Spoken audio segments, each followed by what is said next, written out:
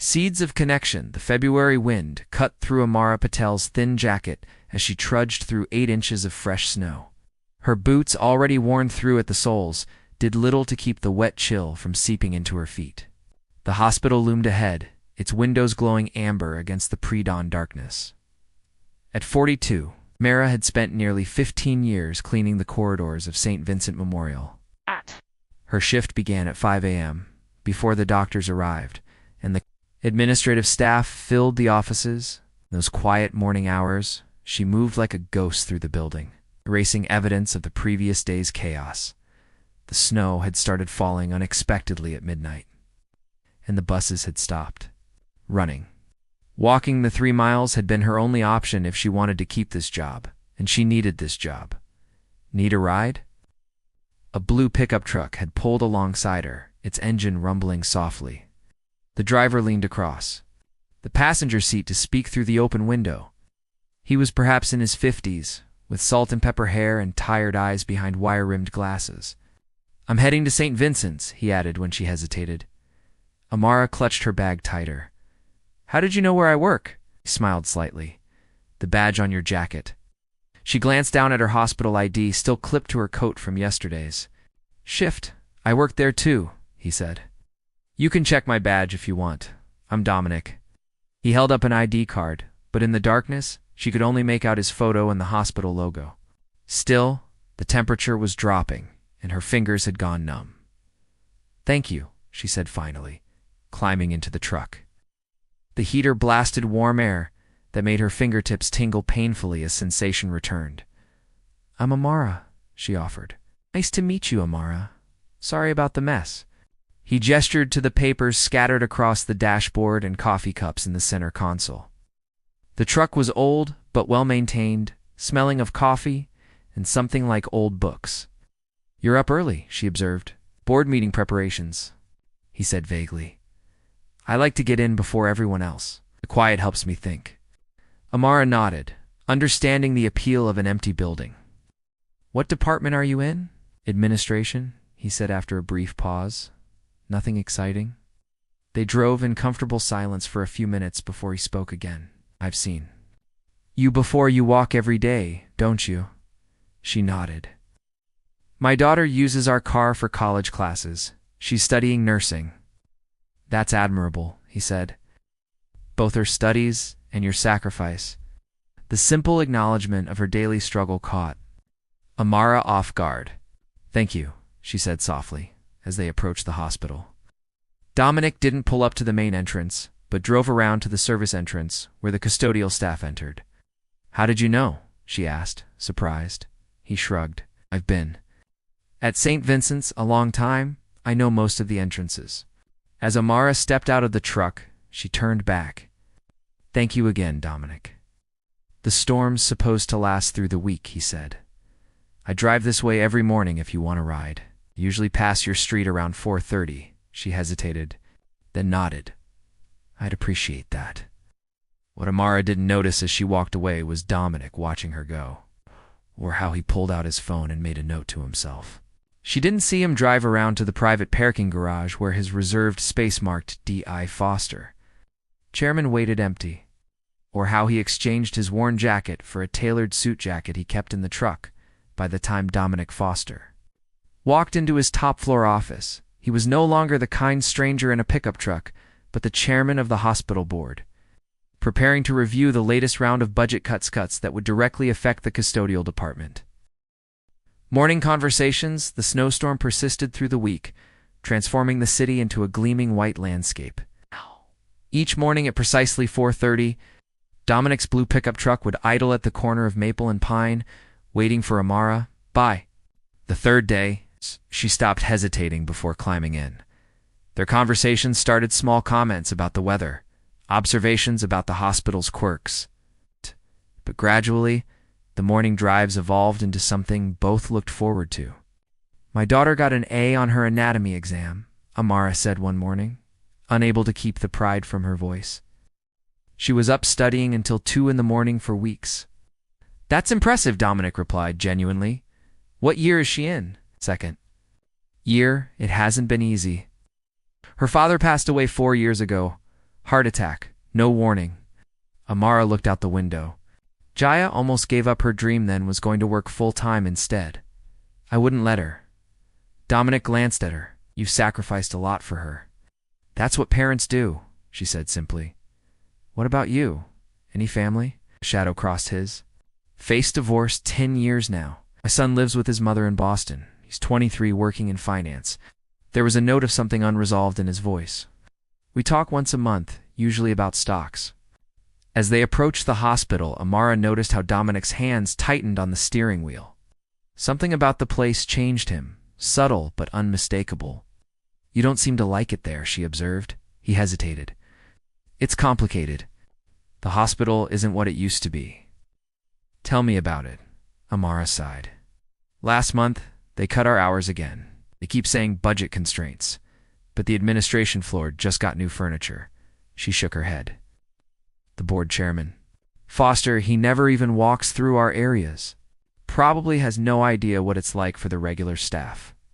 Dominic swallowed hard. Maybe. Maybe he's dealing with constraints you don't see.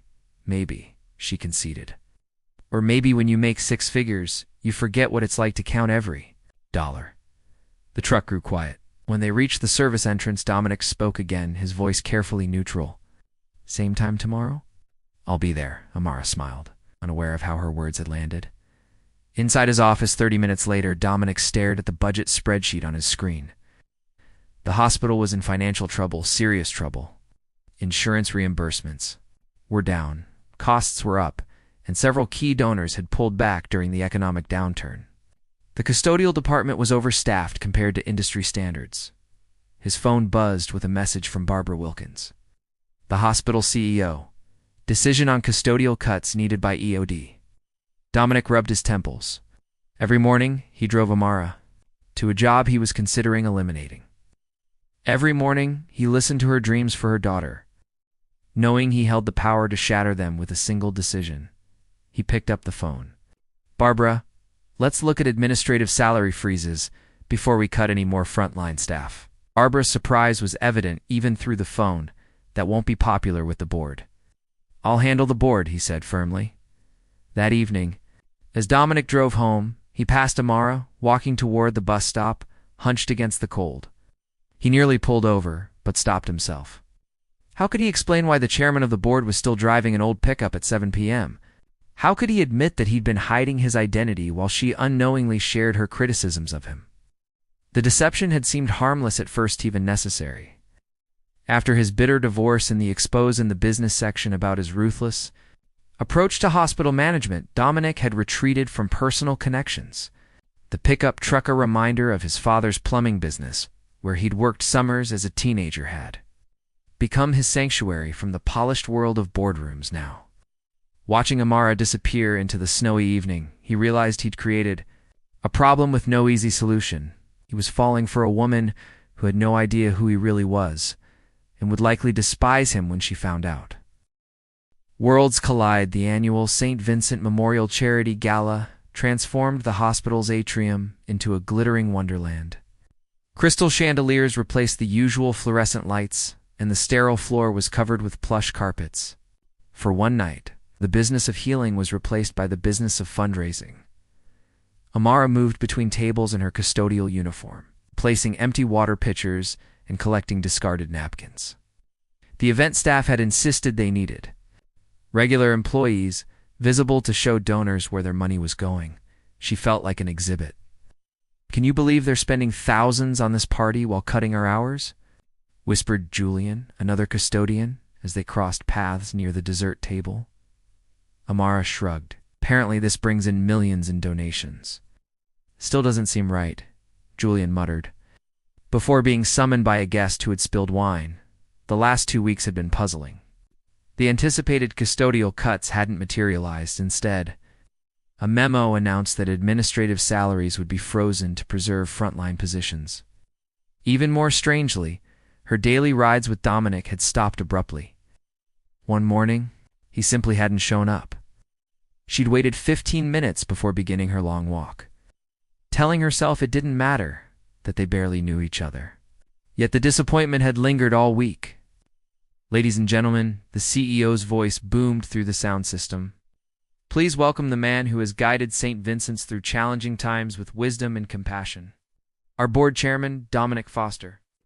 Amara froze, water pitcher in hand, as a familiar figure approached the podium. Salt and pepper hair, the wire-rimmed glasses, but instead of the worn jacket and jeans, he wore an impeccably tailored tuxedo. A smile directed at the wealthy audience didn't reach his eyes.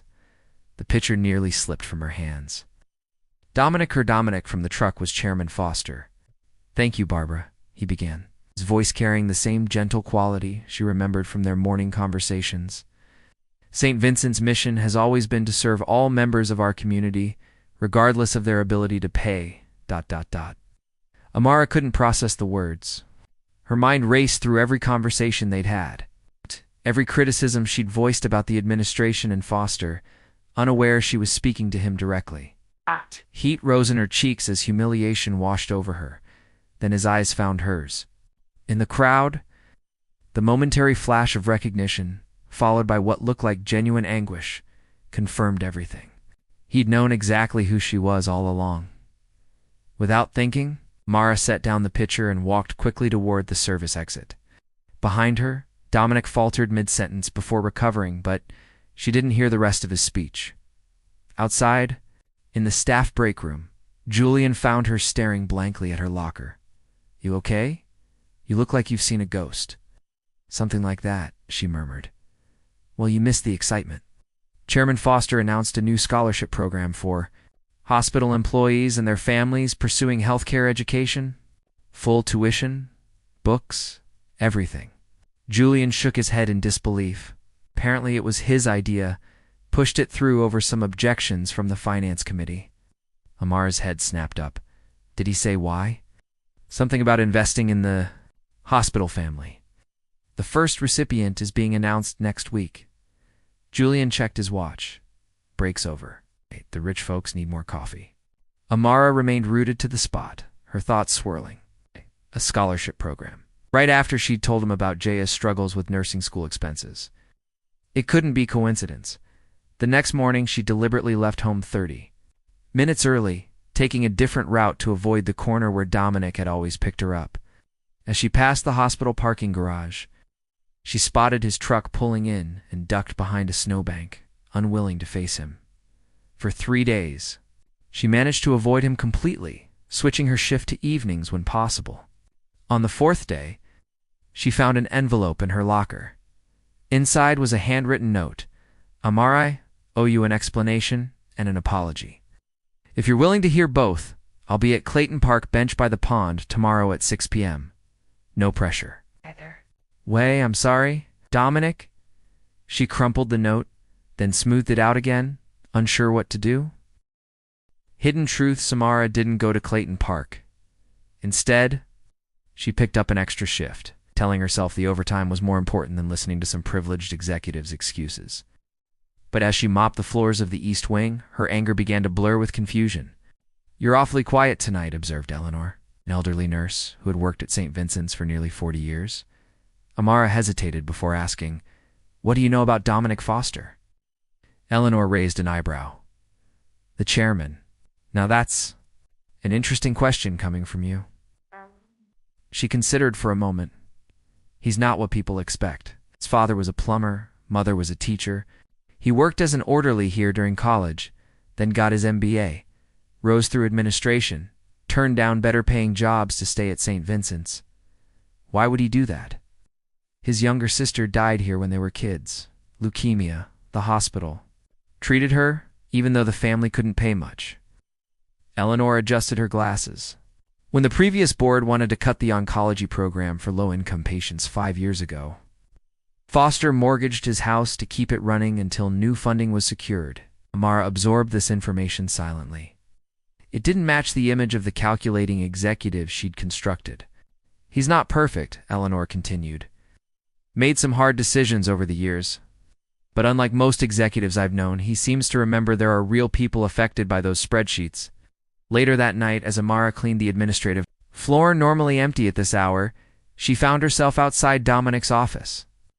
The door was ajar, light spilling into the hallway. She peered in, expecting to find a maintenance worker or security guard. Instead, Dominic sat at his desk, tie loosened, surrounded by stacks of papers.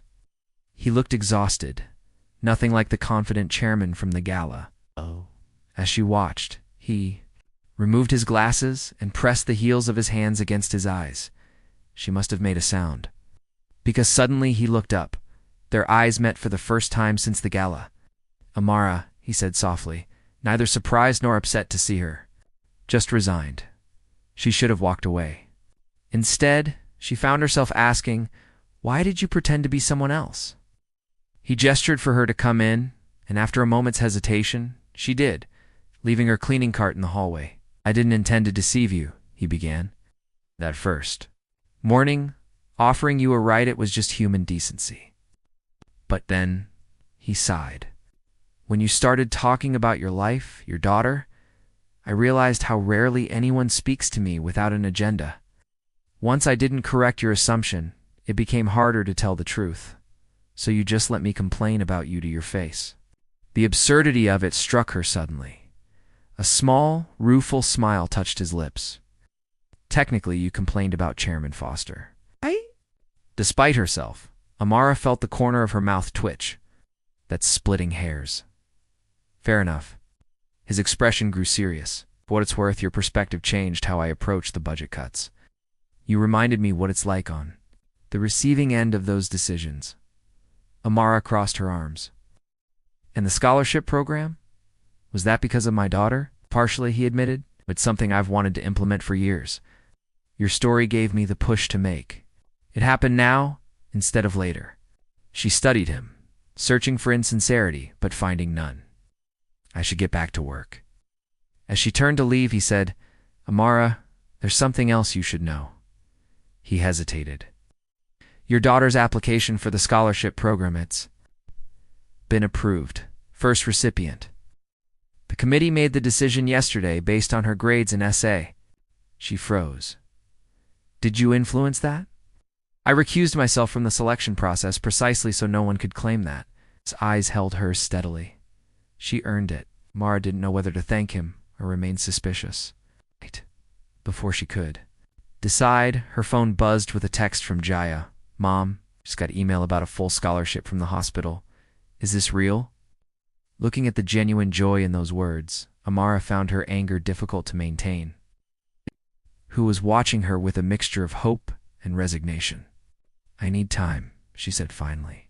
He nodded. "I understand." She pushed her cart toward the elevator.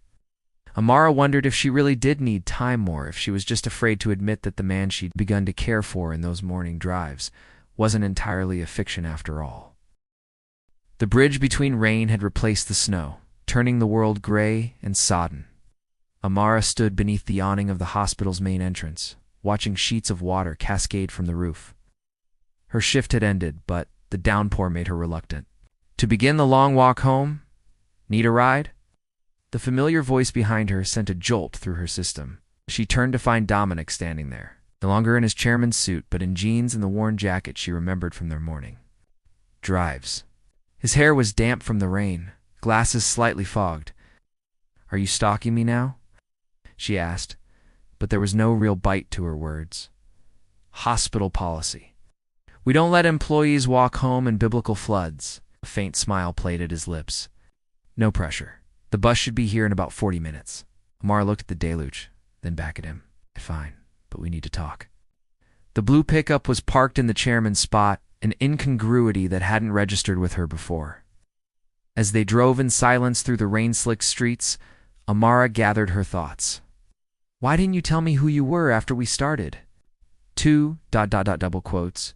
She paused, unsure how to characterize what had been growing between them. "Become friends?" he offered. "Something like that."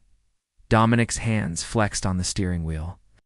"The longer I waited, the harder it became. I told myself I was protecting our conversations. The truth is, I was being selfish." He glanced at her. "When you talked to Dominic the driver, you were real. When people talk to Chairman Foster, they're calculating. So you lied. By omission, yes." He didn't try to defend himself.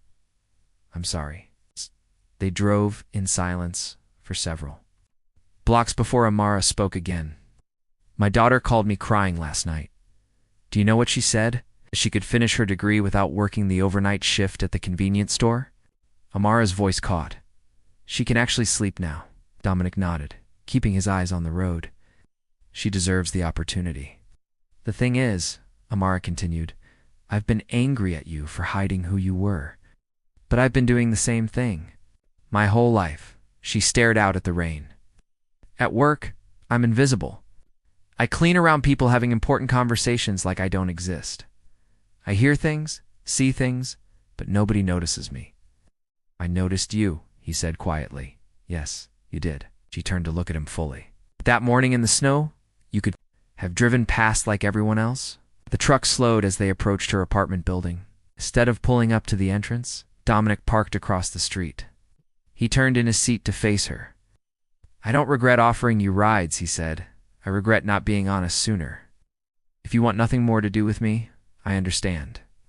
But I hope you'll consider that maybe both versions are real. The man in the truck and the man in the office. Mara studied him, seeing both versions simultaneously, now the weary executive and the kind stranger who had stopped in a snowstorm. I'm not interested in Chairman Foster, she said finally. His face fell slightly before she continued. But Dominic, the real Dominic, whoever he actually is him, I'd like to know better. She held his gaze. No more hiding, no more pretending. To be less or more than who we are. Relief washed over his features. I think I can manage that. Good. She reached for the door handle, then paused. My daughter has Fridays off. We usually have dinner together. Nothing fancy, just home cooking. The invitation hung in the air between them. 7 o'clock if you're interested. A genuine smile spread across his face. I'll bring dessert. As Amara walked through the rain to her building, she realized something had shifted. The gulf between their worlds hadn't disappeared. He was still the chairman. She was still a custodian. But perhaps there could be a bridge between them, built on something more substantial than titles or positions. Her phone buzzed with a text, expecting Jaya. She was surprised to see Dominic's name. Thank you for the second chance. Promise. No more driving in circles before dropping you off. Amara laughed out loud, remembering how their 15-minute drives often stretched to 30 as they hit traffic. Some deceptions, it seemed, were sweeter than others. Upstairs in her apartment, she opened the closet where she kept her most prized possession, a half-finished manuscript of short stories she'd been working on for years. Stories about invisible people like her, whose lives were full of quiet, dignity, and hidden depth. Perhaps it was time to make herself a little less invisible, too.